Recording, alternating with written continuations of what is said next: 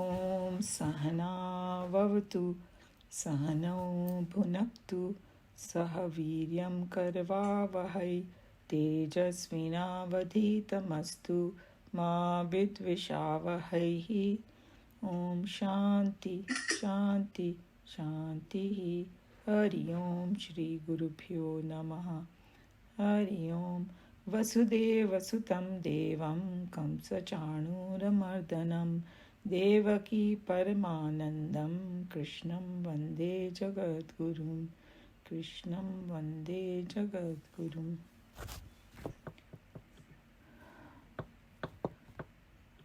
Okay. So we are at verse 30 of chapter 6 of Bhagavad Gita. And we did 29, and the English translation of 29 is, with the mind harmonized by yoga, he sees the self abiding in all beings and all beings abiding in the self. He sees the same everywhere. So here he's telling the final experience of that meditator. And when he says harmonized by the yoga, means all the different steps that he told about how to connect to the higher. Somebody does all that, then final thing, this is what will happen. And basically the self, in Hindi it will be Atma, abiding in all beings and all abiding in self. So we saw both ways it goes. He sees the same everywhere. The same exact thought is going to be expressed again by Lord Krishna in verse 30. But now he's talking about macrocosm. It's like the Ishvara, or the other way, simple words if I want to put it, is what is the relationship between us and that Ishvara?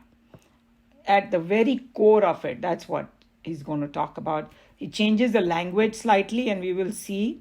But just like I said, that it's the same thing approached from different angles, so that all the doubts are plugged from everywhere.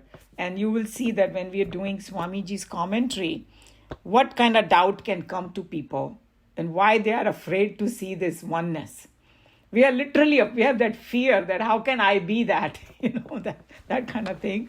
But how he's going to, Swamiji expresses it very nicely. And then we'll see also Nikhilanandji, how he approaches everything. So let's do the verse first. Verse 30. Yo mam pashyati sarvatra sarvam cha mai pashyati tasyaham na pranashyami sachame na pranashyati. Yah is who, mam is me. And here when he sees me, it has a very, very deep meaning. Because if we don't understand that meaning, I know in this class we are not going to have a confusion anymore, but I see that confusion out there. People will ask, why Krishna Bhagavan is saying me all the time, But it has a totally different meaning. Pashyati, sees. Sarvatra, we know the Hindi word, everywhere. Sarvam, all. Everybody. So when he says all, it is not just humans. Everything, plant kingdom, stones, whatever you name it. Animals, of course. Cha is and, mai. Again, he says, in me. Mai means in me. Pashyati, sees, tasya, of him. Aham, I. No is not. Pranashyami. This is like has a many different words to explain this, because it's a deeper meaning over here. Yes, यहाँ vanish लिखा हुआ है, but pranashya मतलब destroy हो जाना. That is a very simple translation, but it has a deeper meaning over here, what it means. So we'll see that. Saha is he, cha is and, me is me, no is not. Pranashyati, again it says vanishes, and we'll see what it means.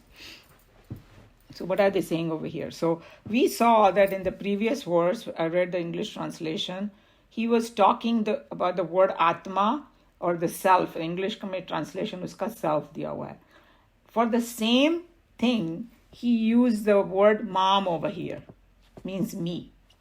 So if you just want to translate simple way, so he says that the yogi who sees me in everything and everything in me, that particular yogi is going to excel, or he's going to, the last part of this verse is going to say about pranashyami means I'm not lost for him and he's not lost for me.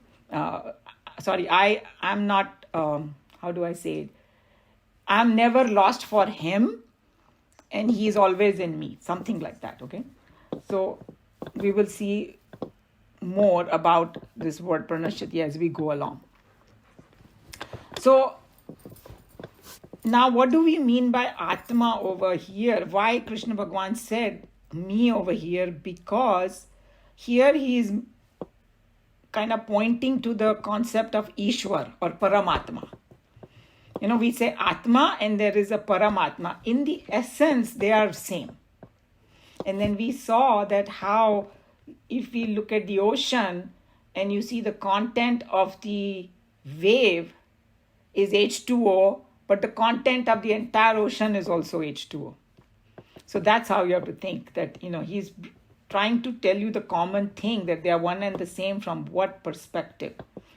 So now going back to ourselves, start from us, that, hey, when I'm aware of my body, I'm just aware of this one body. Right? The life is expressing through me because of the Chaitanya. And, when I'm aware, then I think I'm the body. In the beginning, suppose if we had never heard of this Atma Gyan, I think I'm the body. And that is the kind of a jiva. But after getting this knowledge, that I have to convince myself that I am not the body. So then I become witness of the body. And then they have told us so many ways that, we are the witness actually in reality. So, and then who am I then? I am that pure consciousness. So when I think like that, then that I becomes the Atma. Because when I'm in the regular language, when I'm using this word, or I do this, I do that, I'm only referring to the body. But with the knowledge, when I see then I become the witness, and that's pointing to that witness is that same Atma is a witness. So now this is a microcosm. I'm just talking about myself. Now think of the macrocosm. The entire cosmos, when this person who is like gets to, gets the nirvana or gets the moksha or gets that final experience, he becomes aware of the entire cosmos as the body. And that Virat Roop that Krishna Bhagavan is going to show him in chapter 11, that's what it refers to as the cosmic body of God, which includes everything. So at that point in the macrocosm, when I'm the witness of the entire cosmos, that is called Ishvara, technically. So at my personal level, I become the witness of my own, then you can refer that as Atma. And when you entire cosmos, then it is Ishwar. So it's a little bit technical, a little bit confusing. I'm doing my best to explain. So now going back to the same thing that I talked about, that the essence of the Ishwar is that same, whether you say Atma or Paramatma is the same thing in the essence. And you can also, at the purest level, the entire thing together, you can call it Brahma. It's like ocean together has a much more power, right? Then it kind of dictates the whole thing. So that's how you have to look at it, that the entire thing together is called Brahma. So now remember, this word I or Atma remaining the same, understanding from what perspective that makes a difference. So somebody in a total ignorance, like I said earlier, if somebody in total ignorance says I, that means he's talking just about the body. Now same I, when the realized master says it, he is talking about that entire cosmos. So that's the difference. Okay, and when we say that entire cosmos, that's where this verse says, who knows I am all. As though, for the ocean, somebody finally realizes, oh, it's H2O. H2O is everything. Okay? So that same way, when he's talking about I, Krishna Bhagwan is referring to that, identifying with the entire thing. That I is not the body of Krishna. And that's why, the Nikhilanandji actually said this in a very funny way. He's saying that when somebody says the master sees me in all, or, the word used over here, yo mam pashyati sarvatra, he who sees me everywhere. So he's saying it's not like, oh, I picked up a stone and I'm seeing Krishna there. From that perspective, he's not talking about it. He's talking about from the essence of it, that, is everywhere. If you want to just feel good and look at Krishna and that, there's nothing wrong in it, but he was just trying to explain that, don't go again with the body of Krishna, but try to understand it from the core. And then he says, Tasya hamna pranashyami. I was talking about this word pranashyami. So there are several ways to explain this. उसके लिए मैं कभी भी दूर नहीं होता हूँ. Kind of, that explain in Hindi or something, that I am never away from, I'm not away from him, or he's not away from me. That's what is oneness is told over here. And we have seen the oneness many other ways pointed out by Lord Krishna earlier. That when he said Brahman contact and all that, that also becomes, or the river becoming one with the ocean, all those concepts come over here.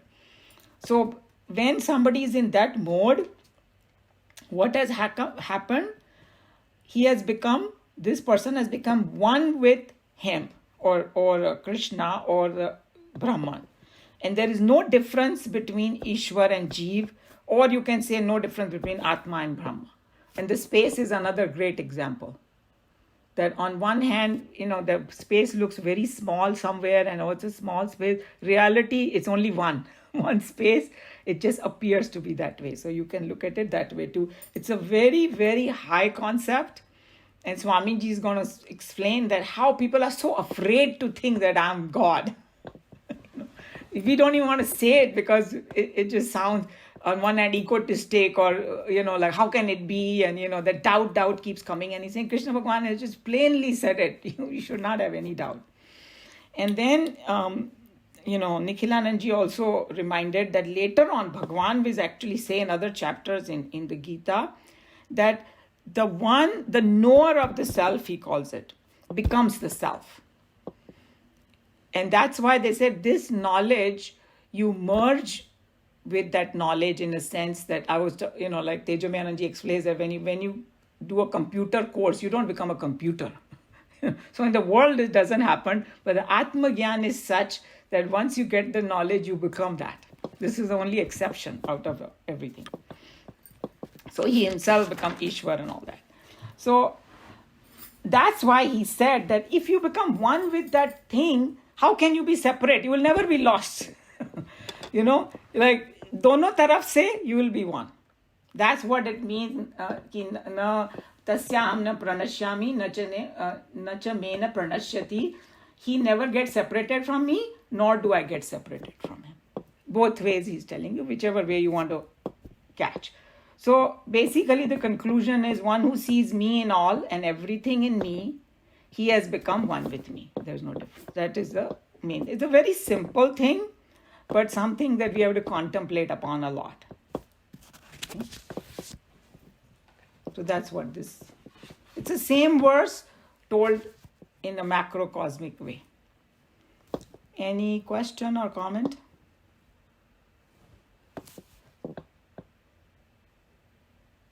Or anybody wants to add anything? Yeah, Joe. I had one question. Umaji. I'm listening. Yeah. So I understand what you're saying, but somewhere in Geeta he talks about I am in everybody, but you are not in me. Yeah, that's very good that you brought, and that is we usually have big discussions on that because it sounds extremely contradictory, but it depends on what perspective you take at. And the best way to understand this is, first he says that everything is in me, and then he says, I'm not in them, right? So, kyun bola unhone aisa? To jog our mind so that we go in a more subtle level. So, okay, let's go back to the basics. That, God is only basic everywhere, but we see the world. Ye to humne samajh liya. And the best example for that is rope and the snake. Right. Correct? So now the snake is like the world. So now I'm seeing the snake. Can the snake have an existence without the rope? What is the answer? No. Because rope nahi hoti to snake dikhta bhi nahi. Right. Right? So that's why he's saying, I am in all, because actually वो rope ही है वो snake में. मेरी delusion की वजह से मुझे नहीं दिख रही है. But वास्तव में वो है ही नहीं. So how can I be in them? उन्होंने बोला ना, I am not in them. I thought about that is like he says, Maya is not in me. No, that's not what he's saying. Maya is because of him, but Maya is an illusion. Illusion cannot be true. That's why he said, actually तो मैं तो हूँ ही नहीं, because मैं तो सिर्फ rope हूँ. Or like we see the mirage. Right? Mirage दिखती है, experience होता है, but actually है नहीं. So the road can say, hey, I'm not in it. Right. That's why he said it. So it is the illusion or Maya, or the way they say superimposition. That's the word our Gurudev used. Superimposition meaning the rope पड़ी हुई है, मुझे rope दिखाई नहीं दी, इसके लिए मुझे snake दिखाई दिया, because my mind projected it. That's why it's called superimposition, because उसके ऊपर. But when that chapter comes, chapter 9, where he mentioned that, we will go more in detail with it. But just giving you the basic, that why he said that. So just think about that. That example is the best one to understand his statement.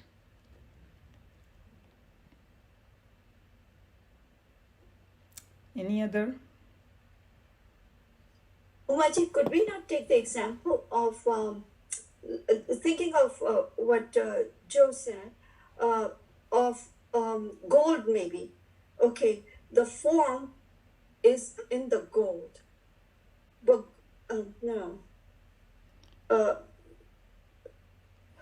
No, I take it back. I think that example is more good for this statement that he made over here, that I'm in all is in me. That will be, all the ocean ka example, gold ka example, mud ka example is a good one for that. The essence is the same, whatever the shape, doesn't matter, right? But what Joe is talking about, that rope and snake is the best example of it. That's the best one. That you cannot get better than that. Just analyze that example and read that again. Yeah? No, it makes sense. Yeah, it will make sense. That's the only way it will make sense. Also, one thing is that once you have liberated, then you don't see any forms at all, because you're only seeing the cosmic light in everything. And then you identify yourself with everything. So that's so even every atom is the self. Yeah, you can look at it that way too. There's no problem. But I think that one of the confusion is that why did God, and he said these two verses one after the other. So if you don't have somebody explaining you this, you will be thoroughly confused. That first he said, I'm in all, I'm in nothing. Why did he say that? Because from the Brahman perspective, nothing has changed. Even for the ocean, they say, oh, there are so many waves in the ocean. The ocean is saying it's just a little disturbance because of the air. Why you're focusing on that? That's not my existence anyway. It's a little, you're wearing some cloth and it's just shaking because of the air. That's it. So the universe, according to that Brahman standpoint, is just a little disturbance in the corner. But Brahman is really vast. So many different ways you can look at it.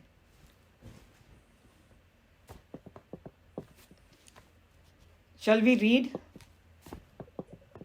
Manju, if you are saying something, we cannot hear you because you have to unmute. Manju, we cannot hear you. Yeah. Now you. No, your voice is not coming. Can you hear Manju? Sure. Even though you unmuted, but no. Even though you're unmuted, there's some kind of disconnection with the voice. No, sorry, cannot hear you. I don't know what to do. Maybe you can later on. You can see on the speaker whether it's muted or not, the speaker thing. Yeah, The Manju, speaker check your device and make the volume higher of it. I don't know which device you're on. In meantime, she can type and send it to us. Yeah, you can either or even WhatsApp pay, you can put your question or comment, or you can type it up.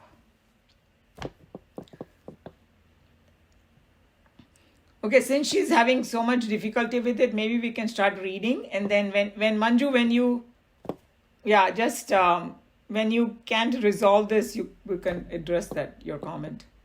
Miraji, since you came after so long, could we request you to read? Always my pleasure. Always my pleasure. He who sees me everywhere and sees everything in me, he never gets separated from me, nor do I get separated from him. Earlier, we were told that on reaching his goal, the meditator attains infinite bliss of the Brahman contact. We explained therein that the term contact indicates by a kindly suggestion only the non-dual reality, which is the theme of all the Upanishads. Here in this stanza, we have Krishna's own commentary upon that term used in a couple of stanzas earlier. Once having awakened to the self, the perfect master thereafter recognizes everywhere nothing but the self. So he's just explaining that the same concept has been told many times by Lord Krishna, and now he's telling you from another angle. It's the same thing. So this is a non-dual thing in Bhagavad Gita, and I tell you Bhagavad Gita because it has everything in it. It has Bhakti Yoga, it has Jnana Yoga, Karma Yoga, Raj Yoga, everything is a meditation. जिसको जो देखना होता है ना वो देखता है इसमें. You know, so people will insist, but you know what Swamiji, the way I like Chinmayananji's commentary and all that, he says that you cannot deny the non-duality, what is expressed. And you know, if we go back to chapter 2, there is verse 16 there which talks about the non-dual right in chapter 2 also. You know, somebody may interpret it wrongly, but I don't know what more plain Krishna Bhagavan can say than this simple. If the English translation is pretty simple, right? That he sees me everywhere and sees everything in me, and is never separated from me. If that is so, how more simple can it get? You know. But anyway. Mamaji, is he also saying that through meditation you are able to see self? And because self is the same everywhere, then you see yourself in everything and everything in yourself. Exactly. So unless we experience that, हम लोग को बहुत मुश्किल होता है ये समझने में, right? So the only people that I have seen who talk in this language, who have जो बोलते हैं ना मर के वापस आ गए फिर वो लोग बताते हैं कि यानी कि और you know, I was wondering कि अभी इतने सारे लोग कैसे बोलते हैं कि हम ये सब हुआ उनके साथ. तो मतलब ये जो मेडिकल एडवांसमेंट हुआ है ना, किसी को हार्ट अटैक आ रहा है और उसको फिर बचा लिया, right? Or there are so many medical advancements are happening. That's why ये वाला phenomena was there always, where people experience that. But it is more and more accounts are coming from every corner of the world. Maybe because of internet, maybe now they are talking more openly, maybe they are more accepted. But वो लोग बताते हैं ये oneness की बात. And we have a hard time accepting that. But they will say that they felt like they were everywhere. Everything became alive to them. including the plant and the stones and everything. And then if you go back to that Sadhguru's experience on that Chamundi hill, what he experienced, what Krishna Bhagavan is talking over here. He felt the oneness, and then that oneness, he felt the bliss. And Yogananda talked about it in the book. And so चलो ABC लोगों की बातें हम नहीं मानेंगे, लेकिन अगर हमको हमारे दिल में इनके लिए रिस्पेक्ट है, सब सेंट्स के लिए, तो उनकी बात तो हम मान लेंगे. So यही एक्सपीरियंस बता रहे हैं वो लोग.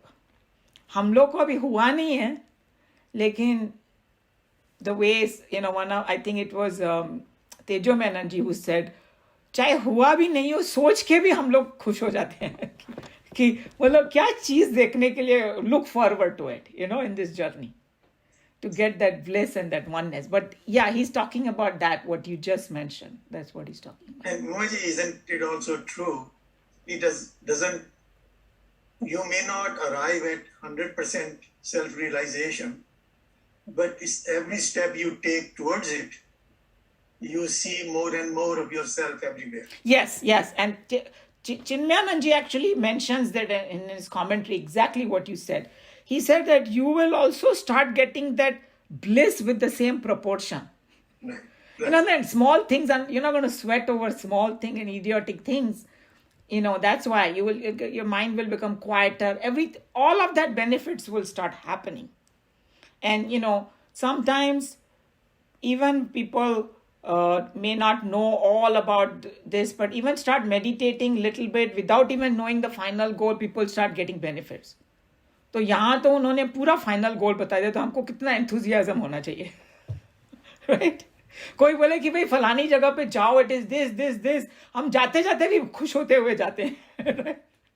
That, I had so much excitement, I'm going to reach there. So that's what Krishna Bhagavan is doing over here, is getting us excited for the final experience. True. Should we to see God in everybody? I'm sorry? So if you do that practice, God will also not lose sight of you. Yeah, that's exactly what he's saying. So he's telling you the final thing. So what we can do at our level, that even if we don't like something, if we remember these verses, हमारा ना थोड़ा कम हो जाएगा वो. And he's going to mention that there is one, in the next verse only we will see, he talks about Ishavasya, and I'll discuss that, what he means over there. So let's read that second paragraph. You can go ahead, Meeraji. He who sees me in all things and sees all things in me. In this stanza, as everywhere else, the first person singular I and me are to be understood as the self. To one who is rereading the stanza in the light of this annotation, this and the previous stanza together express more fully the pregnant meaning of one of the most declarations of the Upanishads found in the Ishavasya Upanishad. The second line of Geeta verse, now under review, is almost a commentary upon the last word in the Upanishad mantra referred above. Na vijugupsate. Yeah, na vijugupsate. That's the word. So actually इधर नीचे लिखा हुआ है mantra 4, but वो थोड़ा typo हो गया. It's actually mantra 6. Mantra 6 of Isha. Whoever has Ishavasya can look it up. So it says mantra in mine also. Sorry? It says mantra 6 in mine also. Okay, in mine it is some typo is there. The old one it is 6 actually. मेरे में 4 लिखा हुआ है. So I'm glad that they corrected it. So what is that mantra? And I wrote it down over here, the English meaning, because otherwise we won't understand what he's saying. So who sees everything in the Atman and his Atman in everything, by that he feels no revulsion. So ये जो विजुगुप्सते है ना word, it's also a very loaded word. It means उसको किसी चीज से नफरत नहीं होती. वो किसी चीज को रिपल्सिव ढंग से नहीं देखता. जैसे हम लोग कोई गंदा काम करता है या कोई गंदी चीज देखते, तो हाउ वी गेट डिस्गस्टेड, लेकिन वो जो है ना टोटलिटी में देखता है ये सब, और उसको किसी चीज से नफरत नहीं होती. इसीलिए Like when I was talking about when you hear somebody like Sri Ravi Shankar, when he talks about terrorists or people who have done heinous crime, he has so much compassion for them in his heart. He will say, they have divinity in them too. We need to just wake up that divinity in them. That's how they look at it. So that's the word Vijugupsate, that he doesn't. If you have seen oneness, you will not hate anything. And other example of oneness is in our own body. That is the best example that we can understand. Our one part of our body become diseased or has a problem, how we feel about it. We want to get that fixed as soon as possible. Even कोई फोड़ा भी हो जाए हमारे body के ऊपर, it is mine only. I'm not going to look at it as I would nurse it and make it. See what I'm saying? That's how it is. So this verse is telling you that only the person who sees oneness can reach that state. हम लोग के लिए मुश्किल है, but whatever Sneha is saying, we can try, and get better. And you will see that if you remember these verses, it will get better. अगर किसी पे क्रोध और गुस्सा आ भी रहा है, and if you remember this verse, थोड़ा कम हो जाएगा, or you will get out of it faster.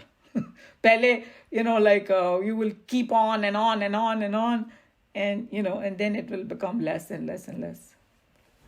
So that's how this. So I hope that you understood this word Vijugupsate, because these Bhagavad Gita is the sar of all Upanishad, and all Upanishads are also connected. They talk about the same concept, and when we do the Kathopanishad, you will see today everything that we learn in Mandukya is coming over there, 100%. So that's how they cross with each other, all these Upanishads, and this is the sar of all the Upanishads. So that's why it's bringing the Ishavasya thing. The exact same thing is said over there in Mantra 6. Are we going to do Ishavasya Upanishad also sometime? I think we should. I love that Upanishad. It's very, very good. We can do Ishavasya. We can do many different things. Khajana is there. Until we are alive, we can continue. Because our, India में जो इतने सारा मसाला है ना, कभी खत्म ही नहीं होगा. And it's a joy too, because you are catching the same truth from different angles, from all these great conversations between the saints, and it great disciple भी कम नहीं है. मतलब किसी ने बोला कि वहां पर है ना गुरु बोलते हैं ना शेर तो वो दूसरा सवा शेर उनका कॉन्वर्सेशन है.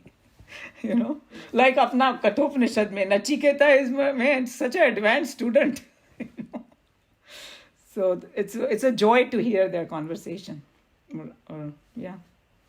He never becomes separated from me. On transcending the intellect, the experience of the ego is not that it sees or perceives or cognizes the eternal, but that ego rediscovers itself in essence to be nothing but the self, Shivam. The dreamer, on awakening himself, becomes the waker. A dreamer can never see or recognize the waker as separate from himself. So Swamiji is just telling you again and again and again the same thing. There is no duality at that point. And this word Shivoham, हम लोग बोलते हैं ना, that this is from that Nirvan Shatkam. That Mano Buddhi Ahankar Chittani Naham Shivoham, end line mein. Shivoham means I am Shiva. That's what he's saying. So, and I think the dreamer example is the best one. When we are dreaming, it's a separate dream. We are watching and this and that. And then I'm a dreamer. Usko dreamer ka upadhi de di, right? Conditioning bol diya. Is that when I wake up, I'm a different person?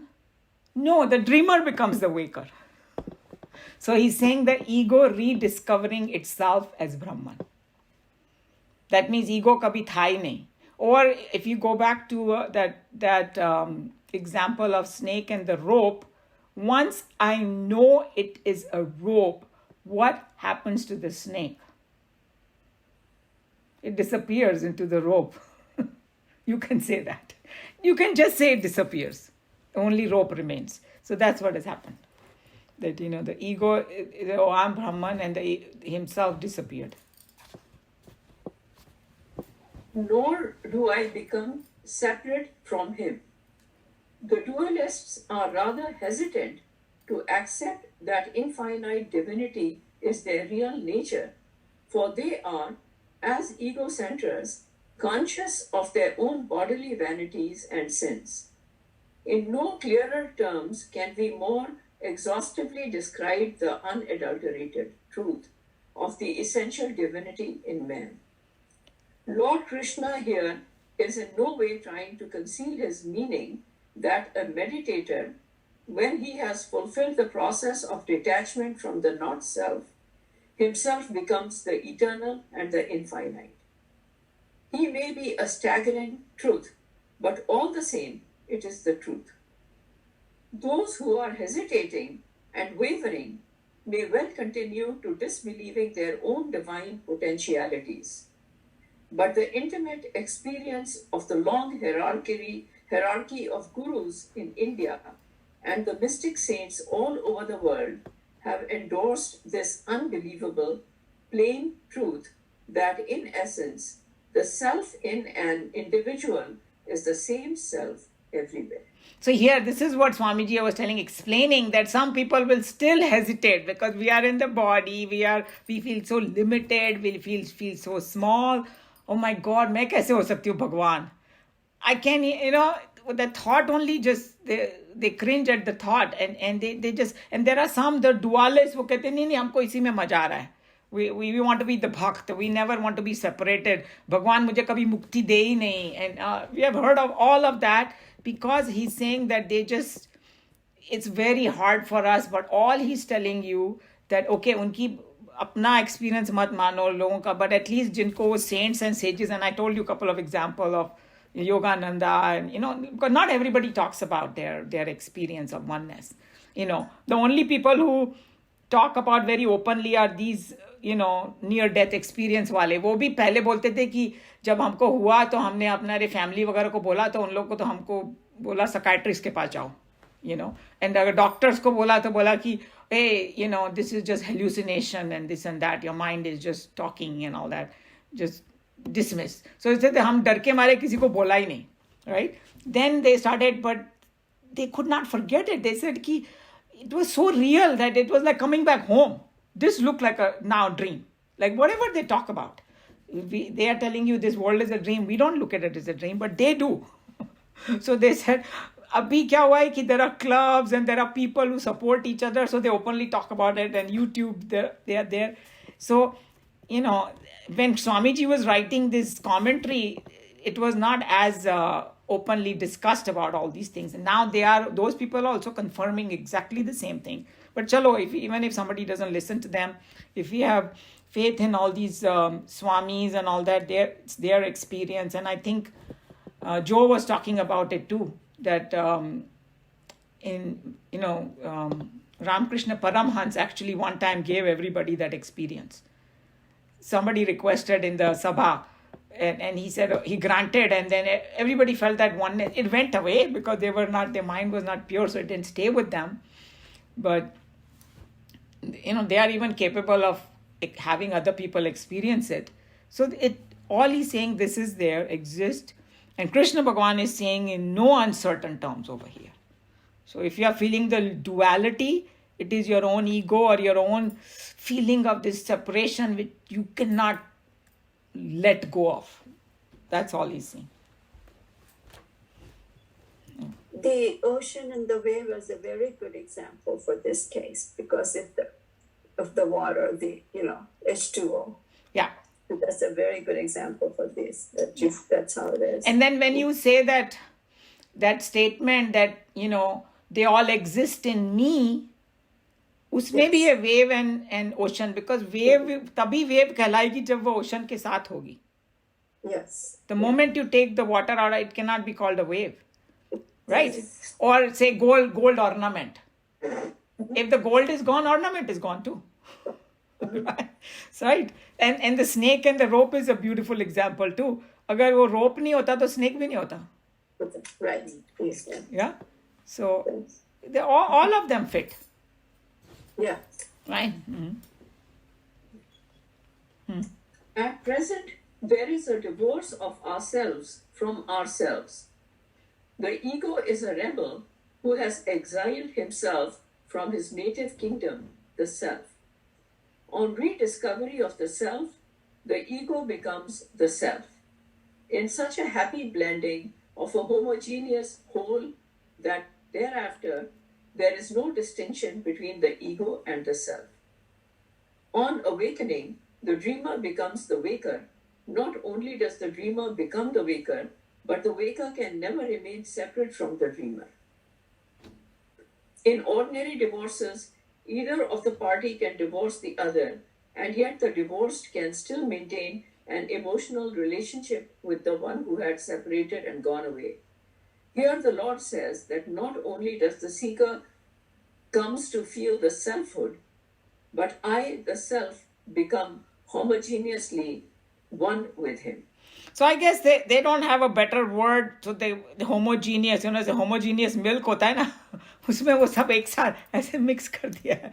So it's like discovering that oneness, that I'm not separate, and then that the dreamer and the waker example is a very good one too. There are not two separate entities. The dreamer realizes he's a waker. That's all.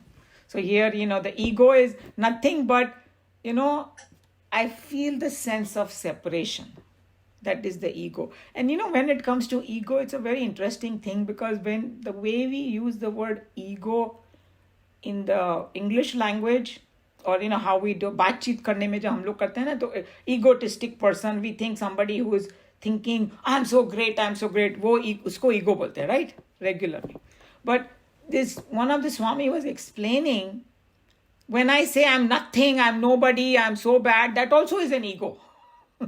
See that? So in the Vedantic language, any kind of separation is ego, good, bad, low, high, does not matter. So that's what we have to understand. Ego means I feel separated from that Brahman, because I give so much importance to, this is my body, my life, my this, my me jo hota na, मैं. And that's why that whole analogy is there, that how that Daksh was doing मैं, तो उसका sir काट के उन्होंने बकरे का sir लगा दिया, because बकरा मैं बोलता है. So the whole symbol is there. किसी ने मुझे बोला कि ये मुस्लिम में भी ना, जब बोलते हैं कि बकरे को काटो और वगैरह, they're talking about ego को काटना, because बकरा मैं करता है, तो उन्होंने वो एक्सट्रीम ही ले लिया उसको और बकरा ही काटना शुरू कर दिया. But that's not what they meant. That's what someone told me. It made sense to me. That bakra is connected with the symbolism as an ego. Now उसको काट डालो, तो बेचारे असली बकरे को काटने लगे. But actually that's not the case. So But ego anyway is consciousness plus the I-ness and my-ness. Correct, exactly. When the I-ness goes away, the consciousness only remains. And therefore that, it's so clear that there is no muddiness in the reflection. Mm-hmm. It is pure reflection. Yeah. And all through the body, it's a pure reflection. And that's why he sees only the oneness, because that merges, that consciousness he can see, because there is no I-ness left in it. Correct. But at the same time, I was thinking that because he still he has a body, he still, so therefore that I-ness, when he talks about I-ness, a realized person talks about two types of I-ness. The I-ness, when in the transactional world, he has to use that. I am hungry, I need, need to do something. That is the transactional part of it. True. But then there's the other part of it, the I, when he's talking about the supreme only. So it depends on the way he talks. Yes, and sometimes it was Sri Ravi Shankar who mentioned this. It was very interesting perspectives. He said the whole time he's saying, get rid of the ego and all that. He's saying you cannot, because until you are in the body, you cannot. At a transactional level, you need that. Yes. At a transactional level, I cannot say, everything is one and all that. But what they're talking about, deeply understanding from your core of yourself that hey, that's what they're talking about. So they are not, until you're in the body, you cannot get rid of the ego, but you can understand that the ego is not, it's a false thing. And purified. That Yeah. ego is purified for the enlightened, Yes. enlightened person. It's like if I want to go deep into the ocean, I'll have to wear that suit with the oxygen mask. Or if I go in the space, I have to wear a space suit. I cannot live there without it, right? Same way we have taken this body, so we have to follow the dharmas of the body, but knowing fully well that it's Yes. just the body that I have taken, and ego is part of that. That's it. Yeah. So you can look at it that way too. So what you're saying is very true. Yeah, what I realized is, for the first time, I mean, it's so obvious that when you, of course, we used to think ego means when we are trying to feel very important ourselves. That Right. is ego. But the opposite is also true, because you are still you're treating yourself as separate from Yes. yourself. Now you got it. That is- Exactly. Yeah. Yeah. Okay. In My fact, book says that, we all are seeking love, and then, we don't find that satisfaction in mortals. So when you learn to love everybody and then you learn to love God, then only you'll be totally satisfied. And that is why we take birth again and again, because we have to merge with God and we have to seek the true love. And that's why we come back again and again, so that we can, know God and be with Him forever. Right. So He's like a permanent beloved. So even, like people say, oh, serve God, right? What does it actually mean? It means serve people. Because people are representative of gods only. So it's not like they go and do the aarti in the mandir. Nobody's saying don't do that. Go do that, for whatever makes you feel happy and all. But when you say really the actual meaning of serve God is whatever God puts in your plate. Whatever difficulty and all that, you can't go and serve the whole world, but He will send you the people who will need help to you, and you just do that. Even that will be very good. yeah, the Sikhs do that a lot. Seva is Yes. a huge part of their religion. Huge. And humility सीखना हो तो उनसे जाके सीखो. Humility से वो लोग मतलब चप्पल भी तुम्हारी साफ करेंगे वो लोग. When you go to there, and I heard those people who clean the chappal, they are women from very good family, rich family and all, but they are doing from the seva bhavna because they want to see God in everybody. So absolutely true. From each religion we can see some really good points. Like in Christianity, it's like forgiveness is a very big thing in Christianity. Forgive or love Yes. thy neighbor. Yes. So Yes. love thy neighbor kyun bola? Because like somebody said, I can't go and love everybody in the whole world because they are away from me.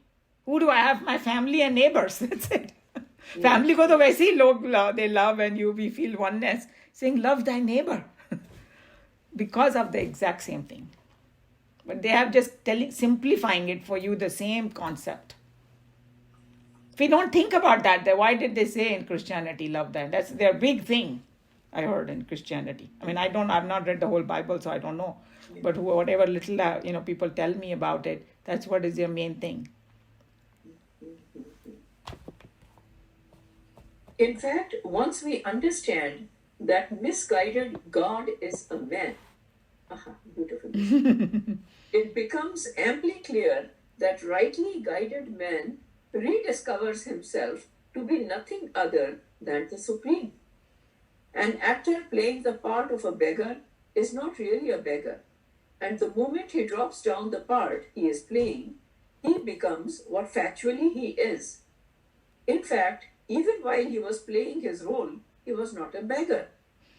This daring declaration of Vedant in itself is not at all difficult to understand, but the deluded feels terribly aghast at this revelation, and in their imperfections, they refuse to believe in this truth.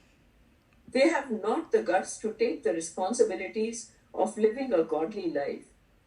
Krishna's courageous statement in this stanza leaves not even a pinhole of a doubt to enter on the sacred conclusion of all the scriptures of the world, especially that of the immortal Upanishads. So, I mean, Swamiji has really rubbed it hard in this over there. कि किसी को थोड़ा भी doubt होएगा तो निकल जाएगा. In the essence, we are all the same. And that's why there is a very famous statement that it's not that we are having a spiritual experience as human being, but we are spiritual being having a human experience. I like that statement a lot. And some of the other philosophy, they will say, oh, you are born in sin, and they focus more on that. And us, they say, hey, you are the same God. Now, you just have a little problem in your head. Just fix that and you'll become, like it says, that misguided God is man.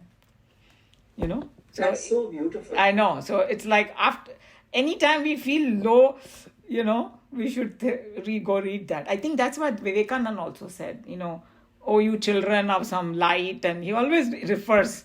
And, in some satsang, I've heard that even in Hare Krishna, they call each other Prabhu. Anybody who's a devotee, they don't call them a simple name. Say, wo Prabhu ne aisa bola. So sabhi ko Prabhu banaya wahan pe.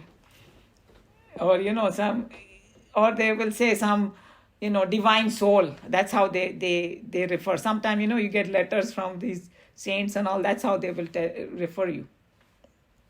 In Bengal, if you by mistake in a bus on any transport, tram or something, if you touch somebody with your feet, then they immediately do this, Oh yes, even Maharashtra they do. This is everywhere. Over India, all over India.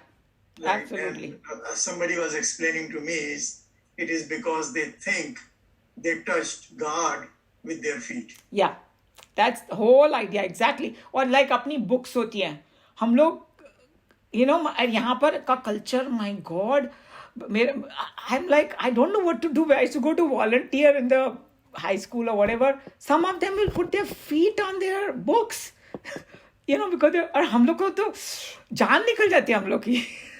अगर वहाँ India में कोई जगह 2 थप्पड़ मिलेगा घर से भी और टीचर से भी और सभी जगह से. So I tell you, because they might laugh at us, but we look at God in everything. Yeah, sorry, go ahead, Sneha. हम लोग तो बेंच पर भी अपना जूता नहीं डालते, Oh, yeah. पर भी नहीं डालते. So Yeah. one of our friends was saying in her office, she had to climb some bench, to put up something, and so she opened her shoes, and people were asking her, why did you open your shoes, So Right. that's I also won't be able to that climb so anything. you Yeah. don't, give disrespect to anybody, Yeah. Because all that is coming from this Vedic culture, that we are seeing, higher self and everything and respecting it accordingly. True. So true. Any other comment on this particular thing? This is like the highest concept. But I think it can give us some solace, when we have all these issues happening. We say, okay, I'm not the body, I'm not the mind, I'm not all that, I am that, so this is just temporary thing, And I was, there was one person, we were having a discussion, and he said, we always think why this or why we came here and all that. One of the explanation many of the people gave, that if you have, the way he explained was, suppose if somebody gives you everything in the world, you have this most beautiful house, you have the best of khana, blah, everything is there. After a while, you will sit there and say, what is outside? I'm getting bored. You take it for granted. You're saying that it's like at that level, bliss. No, go and experience what is non-bliss. When you come back, you will appreciate it so much. That's why he created this nonsense. That's why. Yeah. That's why many Westerners, when they go to India and they see the poverty in India, and then they come back, how much more they appreciate their life. Ready to kiss the ground over here. I've heard, like अभी तो क्या India काफी साफ हो गया, but पहले जब गंदा मंदा होता था, that's how we felt. अरे ये रोड धुल गए हैं क्या यहाँ पे? Because we saw the contrast. So contrast does a lot. Or suppose even hungry, like I'm sure all of you have gone on cruises and all that. I tell you, first time I realized going on a cruise, what was non-hunger? Like they give you food before you get hungry, and after a while you don't enjoy anything. At the third, fourth day, you're putting on weight. You just become like a pig, constantly eating, and then you don't enjoy the food, no matter what they give you. So it's like the people who do upvas, उनको बड़ा अच्छा लगता होगा. After 10 hours you eat. Even if something is not the most your favorite dish, you will still appreciate it. So I think that's what. No, I went to South America and I fell sick over there. Right. So the emergency services had to come and tend to me and all of that. And they didn't know how to put a drip in, and they would use the curtain rod in my hotel room to hang the drip from, and all kinds of things happened over there. But to cut a long story short, I got back into the US and I went to the emergency here, and I could literally kiss the American soil. I'm telling you, it was like night and day. I was and in this country, we constantly say bad things about the medical system and everything else. Hey, go to some other place and fall sick and you will understand what this is all about. True. So you really realize the value of some things, once you have experienced the other also. So I think that's what it is, that we are that, but we didn't appreciate it when we were there. So now we are just experiencing, and we're going to go back to that. So that's a good news. Touching on what you said, Uma, that we should not identify with our body. So those who are, living in the past and, saying, oh, this thing bad happened to me, my mother-in-law said this or that. So I think if you don't identify, say, okay, she didn't say anything to me, it was just to my body. So, go over that, and I think we can all become better persons. I think that. Stop identifying True. Yeah. with the past and with the body. Mm-hmm, mm-hmm. So you can look at it many different ways. You just have learned a lot from India, huh? Huh? What's that? So Sneha has learned a lot from India trip. No, Sneha actually shares from her book of Yogananda on the same Geeta. So she has more insight from there. So we are getting a three-way thing now. We are getting Chinmayanandji, we are going to Nikhilanandji, and also Yoganandji in this class through her, because she reads that. Okay, shall we close Bhagavad Gita? One last comment. Of course. I think that this first sentence of the last paragraph over here just summarizes the whole, I think, Upanishads. Yes. When they say, once we understand that misguided God is a man is not misguided, he's already a God. Yes. If he's misguided, it becomes clear that rightly guided man rediscovers himself to be nothing other than the Supreme. You got that it. You're already God, but you are misguided. Once that misguided, that conception moves out of your head, then you realize you are the same God. I just thought this sentence was so beautifully written. I think you should write it and make like a bookmark out of this or something. That will be so great. We can all. I already did. I put, I underlined it in red and I wrote over Look, it. mine is also underlined. I did the same thing. I did that too. I said it summarizes the whole Upanishads. I marked it in red and I wrote over there. I do keep annotating my book as we read along, because when I go back, then the same ideas can jump out at you more readily. Right. If you have made annotations. See, now this sentence is speaking to you, because we've been hammered by Swamiji in so many different ways. So that's what exactly happens. Before that, if you read it, maybe you didn't want to, but now it's speaking to you. Yeah. Volumes through this. True. It's speaking also, but also, whatever they said, the finite cannot become the infinite and vice versa, So that's what it is. It's the understanding that is happening now. Right. Because otherwise it cannot change. The finite cannot become infinite. It is infinite. True. It is infinite, and therefore you just were not aware of it, which you have become after all. Or even if we don't have the experience, see, this is what the Shraddha becomes more deeper and deeper. See, when people said that, they would say, how can it be? But now, because so many different ways it has been explained to us, so it's sinking deeper into us. And what Krishna Bhagavan says, when you get established in it, completely. That's that final state. So it's not like you are, after realization, you need to drop your body or something. That can take its own course. So that's why it's called Jivan Mukta. So there is a kind of that understanding we have to have. And like Shri Shri Ravi Shankar said, it's not like you will be dropping ego. You just know now that ego is false. That's all. Yeah, and this example is the beggar example is very good because you can act as a beggar, you can act as a human being, you can, transact. At the same time, you know who you really are. Right. Yeah. So, because that has to take place. I mean, transactional world still goes on. It goes on, and it has to go on, and that is a part of it. So somebody was saying, oh, now once somebody knows, then how will they act? I say, no, just remember it's a role. And then there's who gets the Emmy award? Who plays the role the best? Yes, exactly. So whatever role you're put in, put your life into doing it the best. Just play the game, So you don't have to give up anything. That's why Krishna Bhagavan didn't say to Arjun, hey, I'm giving you this gyan now. You got everything. Now go home and meditate. You don't have to fight the war. He didn't tell him that. He's saying, no. After knowing your gyan, also continue with your job. Yes. True. So I think a lot of good things came out of it. This, simple verse also. Very deep, very simple, but very, very deep, I would say. Yeah. Okay, so I'm going to close Bhagavad Gita. If somebody still has questions, we can take in last half an hour. I wanted to know which chapter you had this thing about the banyan tree, which. Oh, you mean the Ashwatha tree that Krishna Bhagavan talks about? It is chapter 15. 15. Yeah, chapter 15, okay. Yeah.